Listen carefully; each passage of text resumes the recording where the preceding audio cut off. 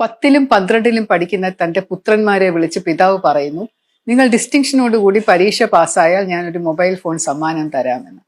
രണ്ടുപേരും ഡിസ്റ്റിങ്ഷനോടുകൂടി പരീക്ഷ പാസ്സാവുന്നു. ഒരു ഫോൺ മാത്രം വാങ്ങാൻ പ്രാപ്തിയുള്ള പിതാവ് അവരെ വിളിച്ച് ചോദിക്കുന്നു, നിങ്ങൾ തന്നെ പറ, ഞാൻ ഇത് ആർക്ക് കൊടുക്കണം എന്ന്.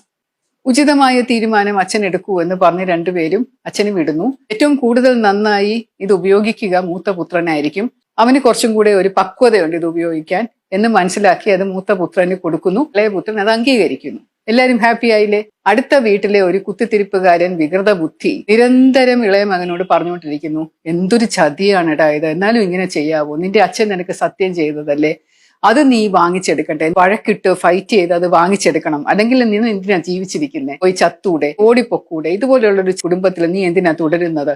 അവനോട് മാത്രമല്ല നാട്ടിലുള്ള സകലരോടും ഇത് പറഞ്ഞു നടക്കുന്നു. ഇതുപോലെയാണ് ഇപ്പോഴത്തെ ചില മാപ്രകൾ ചെയ്യുന്നത്.